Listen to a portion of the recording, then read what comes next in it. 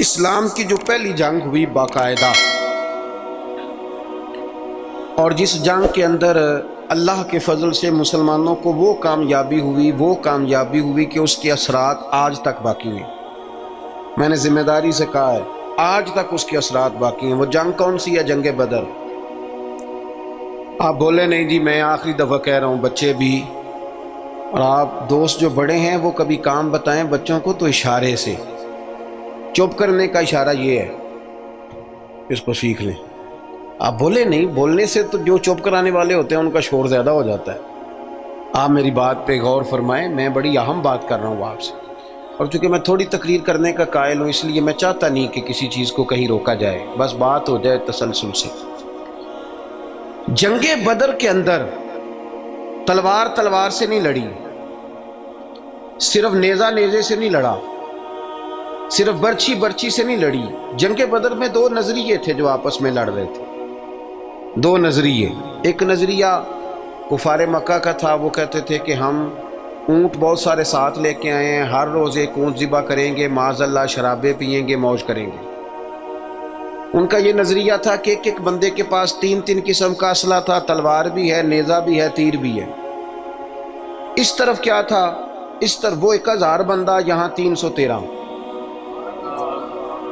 اور جب سواریوں پہ سفر کر رہے تھے تو انہوں نے سواریاں ذبح کر کے کیا کھانی تھی؟ ایک سواری پہ 2 3 لوگ سوار تھے۔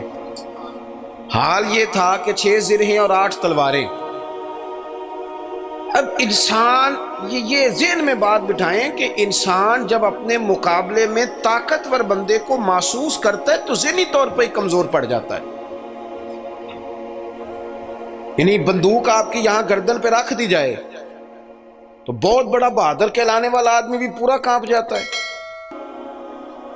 جب ذہن بن جائے نا کہ میرے سامنے 3 گنا زیادہ فوج کھڑی ہے اور اسلحے سے لیس ہے، بندہ نفسیاتی طور پر ہی کمزور ہو جاتا ہے، ذہنی طور پر ہی۔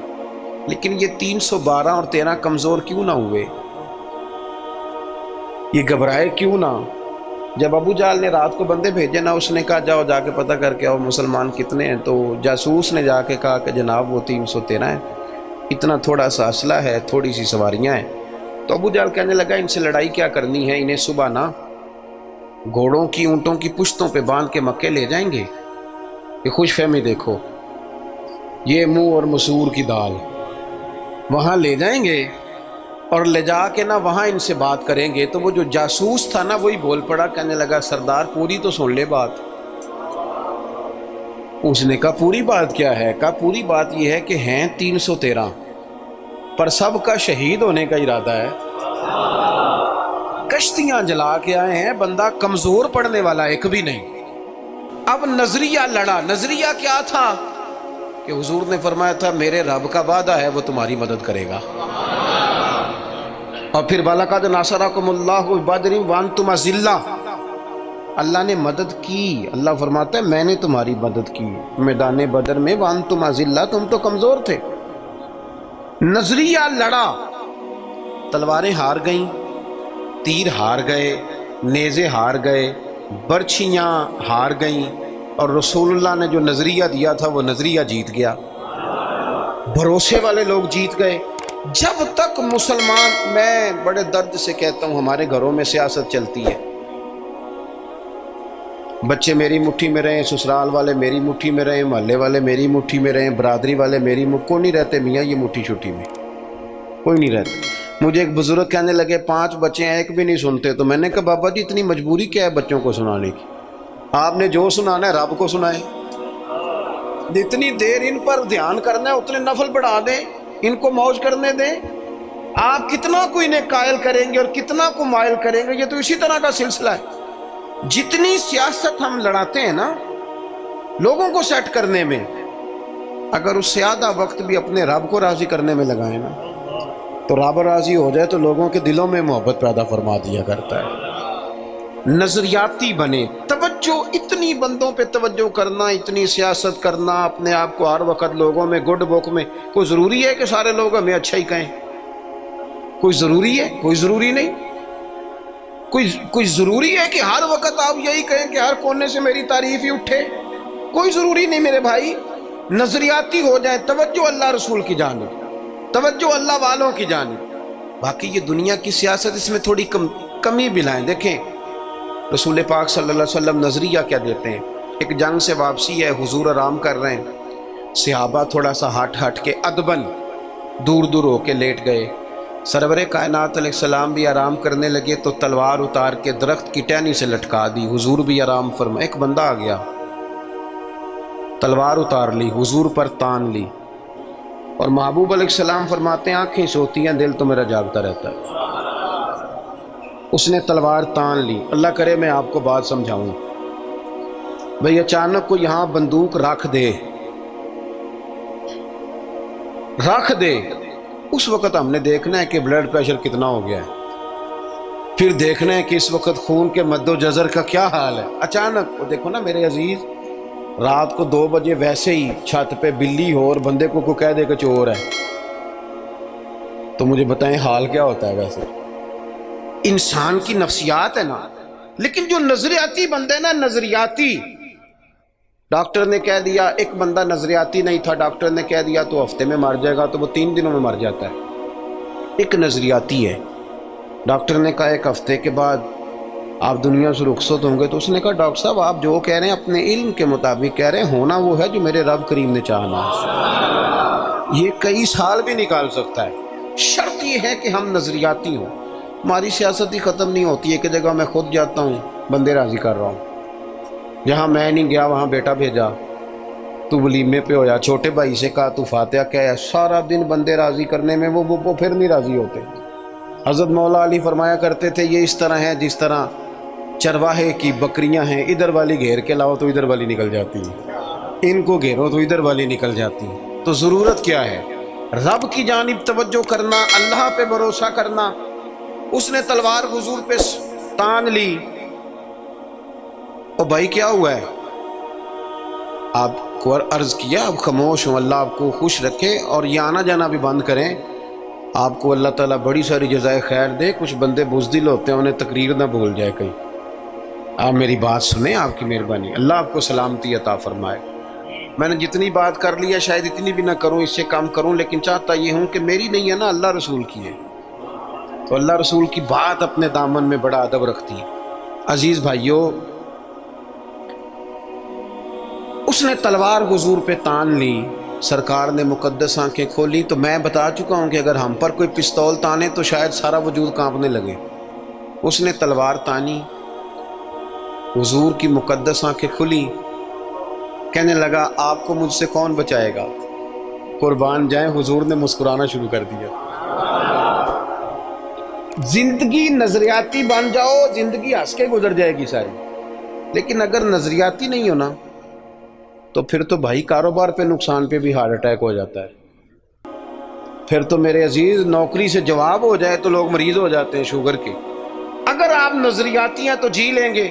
اس نے کہا کون بچائے گا؟ تو محبوب مسکرا کے فرمانے لگے یہ تو نے عجیب بات کر دی، مجھے میرا رب بچائے گا۔ اللہ کے نام میں طاقت ہے، اللہ کے نام میں قوت ہے، اللہ بچائے گا۔ بس حضور کی زبان نور سے یہ جملے نکلے، اللہ بچائے گا۔ ان لوگوں سے ڈرنا چاہیے جو اپنے فیصلے رب کے حوالے کرتے۔ اچھا وکیل کرنے کے پیسے نہ ہوں، سفارش کے پیسے نہ، اور معاملہ اللہ پہ چھوڑ دیں، ان سے ڈرو۔ انہوں نے سب سے بڑے کورٹ میں مقدمہ دائر کرا دیا۔ حضور فرمانے لگے رب بچائے گا۔ بس ان لفظوں میں کیا اثر تھا، بندہ کانپنے لگا، تلوار ہاتھوں سے گر گئی، سرکار نے اٹھا لی، فرمایا لو بھائی مجھے تو رب نے بچا لیا ہے، اب تو بتا تجھے کون بچائے گا۔ آپ زندگی میں اگر نظریاتی ہیں تو آپ زندہ ہیں، اور اگر آپ لگے ہوئے ہیں کہ اوہو کیا بنے گا، میری کون سنے گا، گاؤں چھوٹا ہے، میں بات کر بھی لوں گا تو کہاں پہنچے گی، تو کون ہوگا، تو کیسے ہوگا، تو یہ تو کمزوری ہے۔ آپ کے ذمے تو کہنا ہے، پہنچانا تو اللہ کریم کی بارگاہ کرم کے فضل کا نتیجہ ہے یہ۔ اللہ بچائے گا۔ اس کے ہاتھ سے تلوار گر گئی، حضور نے اٹھا لی، فرمایا مجھے تو رب نے بچا لیا ہے، اب تو بتا تجھے کون بچائے گا۔ کہنے لگا حضور میں نے سنا ہے آپ بڑے ہی معاف کرنے والے ہیں۔ آپ صحیح بتاؤ، ایک بندہ میرے اوپر تانے پستول تھوڑی دیر کے بعد قابو آ جائے تو وہ مجھے کہے جی آپ تو نیک آدمی ہیں چھوڑ دیں، تو میں کہتا ہوں قابو آ گیا تو میں نیک ہو گیا ہوں، پہلے تو بندوق لے آیا تھا۔ لیکن یہ حضور سید عالم صلی اللہ علیہ وسلم کے ضرب کی، حوصلے کی اور محبوب کے دل نور کی بڑائی دیکھو کتنا بڑا ہے۔ اس نے کہا سنا ہے آپ معاف کر دیتے ہیں، فرمایا تو نے سنا ہے؟ حضور سنا ہے، پھر مسکرا پڑے، فرمانے لگے جا پھر میں نے معاف کیا، ہو گئی بات ختم، معافی تو یہاں پہلے ہے سب سے، جا معاف کیا۔ ایک تو اپنی زندگی میں توجہ اللہ پہ کریں، یہ چھوڑ دیں اتنی زیادہ سیاست، اتنا بندوں کے پیچھے بھاگنا، یہ تو تھکا دیں گے، یہ تھکا دیتے ہیں۔ ان کی ایک خواہش پوری کرو تو یہ دوسری۔ میں آج ہی پڑھ رہا تھا، حضرت سعید ابن مسیب کہا کرتے تھے یا اللہ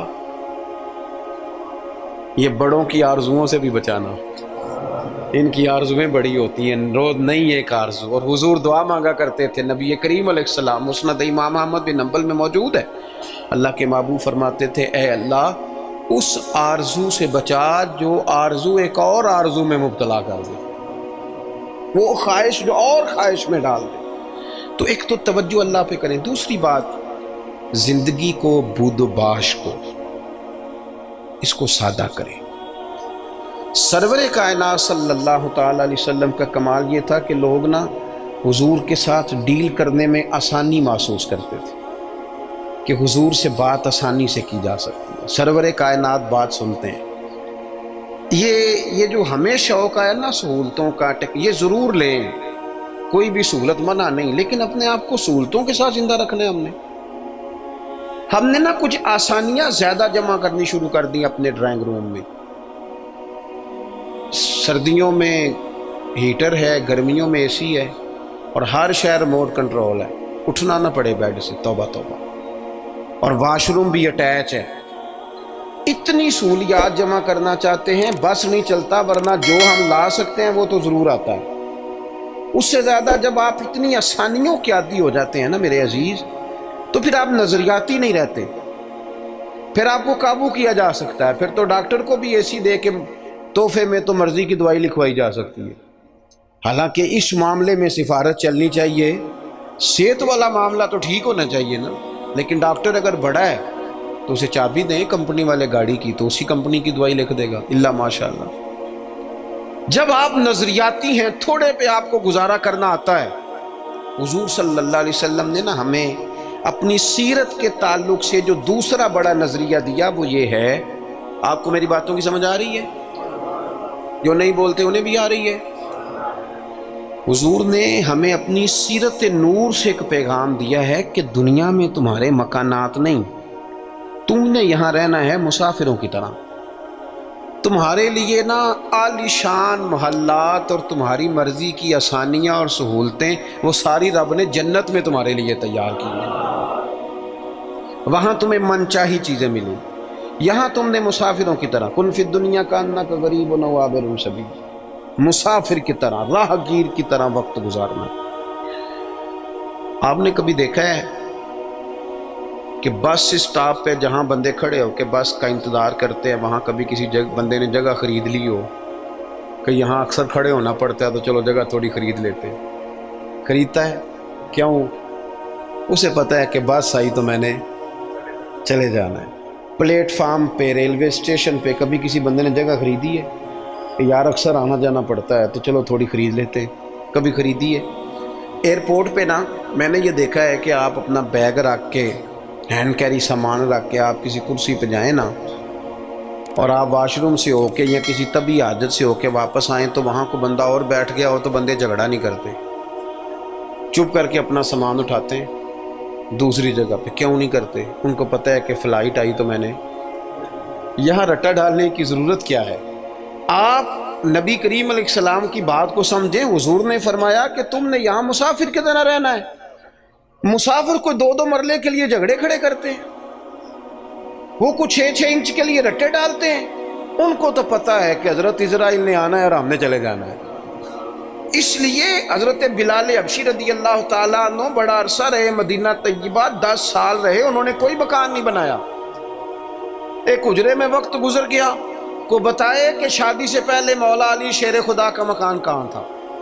کو بتائے کوفے میں کتنی جائیدادیں بنائی انہوں نے، کہاں محلات تعمیر کیے ان لوگوں نے، ان کو پتا تھا، ان کو پتا تھا حضرت عمر پر 80 دینار کا قرضہ تھا، انہیں پتا تھا کہ جب حضور آئے تھے نا معراج کی رات تو مجھے بتایا تھا کہ عمر میں تیرا محل دیکھ کے آیا ہوں، تو جب حضور دیکھ آئے تھے تو پھر انہوں نے یہاں بنایا۔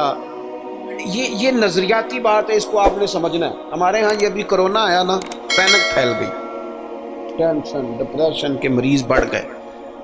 آپ نے ناراض نہیں ہونا، زیادہ تر وہ لوگ ٹینشن میں ہیں جو آسانیوں میں جینے والے تھے نا، کیونکہ بندے نے اتنی قیمتی کوٹھی بنائی ہو پھر چھوڑ کے مر جائے، دل نہیں کرتا مرنے کو، اتنے پیسے جمع کیے ہوں پھر چھوڑ کے کیسے مرے، دل ہی نہیں کرتا۔ وہ لوگ مسافر تھے جنہوں نے سامان باندھے ہوئے تھے، جب رب کا حکم آئے گا ہم حاضر ہو جائیں گے۔ اب یہ ٹینشن کیوں پھیلی؟ ٹینشن بھی اس لیے پھیلی کہ ہم اسلامی نظریات کو نہیں سمجھتے۔ اور میرے بھائی وہ کسی اور کا عقیدہ ہے کہ مر جائیں گے تو فنا ہو جائیں گے، اور کا عقیدہ ہے۔ اور مجھ سے کوئی سوالات بھی ہوئے اس دوران۔ دیکھو قبر کھڈا بھی ہے، گڑھا بھی ہے، لیکن مجھے اپنی ڈائریکشن کا پتہ ہے، آپ کو بھی اپنی ڈائریکشن کا پتہ ہے۔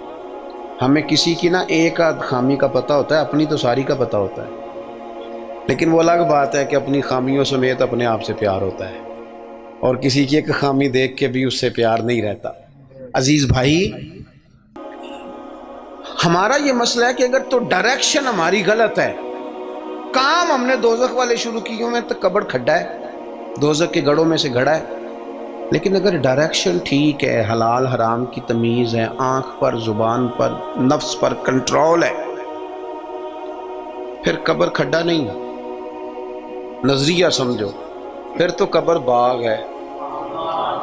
نہیں سمجھے آپ میری بات؟ قبر باغ میں جاتے ہوئے ڈر لگتا ہے، پریشانی ہوتی ہے، دل گھبراتا ہے، وہ جی قبر میں آکسیجن کہاں سے آئے گی؟ میں نے کہا جہاں اماں کے پیٹ میں بچہ ہوتا ہے تب کہاں سے آتی ہے؟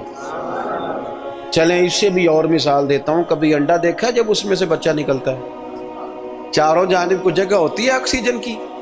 یہ جو بڑے عقل مند لوگ ہیں یہاں سوال کھڑے کرتے ہیں، ان سے پوچھو کہ بچہ تندرست بھی نکلتا ہے انڈے سے اور سونا بھی نکلتا ہے، تو جس رب نے وہاں اسے سنبھال کے رکھا نا، پیاری جلد بنائی، وہ قبر میں بھی تیری بڑی حفاظت فرمائے گا، بڑی حفاظت فرمائے گا۔ بل بارت شاہ نہیں مردے جنہ کیتیاں نیک کمائیاں نے، نالے عرش فرشتے بانگاں ملیاں، مکے پہ گیا شور، بلے شاہ آسان نہیں مرنا ہے تے مر گیا ہی کوئی اور، تو کوئی اور۔ یہ کیا اقبال بھی کہتے ہیں، موت کو سمجھے ہیں غافل اختتام زندگی، یہ ہے شام میں زندگی پھر صبح دوام زندگی۔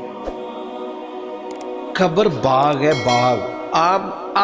ایک وہ ہے کہ خوف ہے قبر میں کیسے جائیں گے، وہاں کیا بنے گا، بستر کوئی نہیں، ٹھنڈ بڑی ہے، وہاں کیسے گزارا۔ ایک یہ ہے کہ وہ باغ ہے، باغ بھی عام نہیں، روضۃ من ریاض الجنہ، جنت کے باغوں میں سے باغ، اور باغ عام نہیں جس کے نیچے نہریں رواں ہیں، اور باغ اتنی شانوں والا ہے کہ پہلی آنکھ کھلے گی تو زیارت چہرہ بددعا کی نصیب ہوگی۔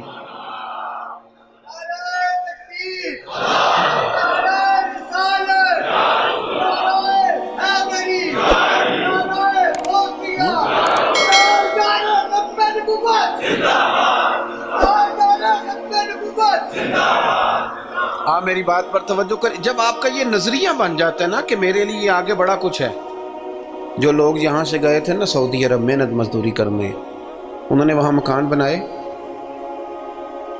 میں نے دیکھا ہے کہ جس نے جو گیا تھا نا 35 سال پہلے جو کمبل خریدا تھا، واپس آنے تک وہی کمبل ہے، اور وہاں بیٹھ کے اس کو پتہ ہے نا میرا گھر پاکستان میں ہے، تو یہاں وہ ٹائلیں بھی لگواتا ہے، حالانکہ آ کے سال میں رہنا 15 دن ہے، 20 دن ہے، ٹائلیں بھی لگوا رہا ہے، تیاریاں بھی، کیوں؟ ذہن بن گیا میرا اصل گھر ہے۔ یہ حضور ہمیں سوچ دیتے ہیں کہ تمہارا اصل گھر جنت میں ہے۔ اسی پنجابی چ ایک لفظ بول رہے ہیں، تم کدے سوچیا بھی نہیں ہوگے گا، بولتے ہیں نا جی، اس کا معنی کیا ہے؟ کہ تیری سوچ سے، تیرے ادراک سے ماوراء بات کر رہا ہوں۔ حضور کیا فرماتے ہیں؟ نبی پاک فرماتے ہیں تمہارے لیے رب نے جنت میں وہ نعمتیں تیار کی ہیں نہ کسی آنکھ نے دیکھی، نہ کسی کان نے سنی، اور فرمایا تمہارے دل پر خیال بھی نہیں گزرا ہوگا کہ اللہ یہ عظمتیں عطا فرمائے گا، اس کی طرف رغبت کی۔ یہ تو آپ آئے ہیں جاہل لوگ جو جنت کا مذاق اڑاتے ہیں۔ ہمارے بعض نعت خواں اللہ ماشاءاللہ، بعض ادیب، بعض شاعر، بعض واعظین وہ کہتے ہیں میں جنت ہوگا دی گل کرنا، اگا کتے جانا ہے تو؟ یہی سارا کچھ ہے، جنت میں ہی اللہ کا قرب ملے گا اور یہی رسول اللہ کی زیارت بھی نصیب ہوگی۔ آگے کدھر جانا ہے تو نے؟ کون سی نئی جگہ بنا لی میاں تو نے؟ بات کو سمجھیں۔ اب حضور نے نظریہ دیا، حضرت عمر فاروق رضی اللہ تعالیٰ عنہ سرکار سے ملنے آئے۔ حضور نہ موٹے بان کی چارپائی پہ آرام فرما تھے، ہن تے پائی پنڈاں وچ بھی بیڈ نے، بان دیاں چارپائیاں کتھے رہ گئیاں؟ کی آکھی دسی مونج دی منجی، بولو نا یار، مونج دی تے جیڑی جیز چ ملدی سی او دے بس پاوے رنگین ہوندے سن، انجے یہ اوہو، لیکن کمال تھی نا یار، مکان کچے بندے پکے، محبت گہری، پیار زیادہ۔ حضرت عمر آئے، اللہ کے رسول آرام فرماتے بوٹے بان کی چارپائی پہ، حضور حضرت عمر کے لیے اٹھے تو کمر پر نا یہ جو موٹے بان کی چارپائی ہوتی ہے اس کے نشان پڑ جاتے ہیں، اور ہم نے دیکھے اکثر بزرگوں کی کمروں پہ نشان ہوتے، اکثر دیکھے۔ سرکار اٹھے تو کپڑا مبارک ذرا ہٹا تو دیکھا کہ نشان پڑے ہوئے، تو حضرت عمر رو پڑے، دلیر آدمی تھے پر رو پڑے، حضور کی محبت میں روئے۔ عرض کی یا رسول اللہ کیسر و کسرا تو دنیا میں بڑی آسانیوں میں ہیں اور آپ اللہ کے حبیب ہو کے؟ وہ درد سے رو رہے ہیں، اخلاص سے بات کر، لیکن نبی کریم علیہ السلام ان کی سوچوں کو بدل رہے ہیں اور انہیں نظریہ دے رہے ہیں۔ حضور فرمانے لگے عمر تم پسند نہیں کرتے کہ وہ دنیا میں تھوڑی آسانی لیں اور آخرت میں رسوا ہو جائیں، اور یہ پسند نہیں کرتے کہ ہم دنیا میں تھوڑی تکلیف برداشت کریں اور آخرت کی ساری سعادتیں اللہ ہمیں ہی عطا فرما دے؟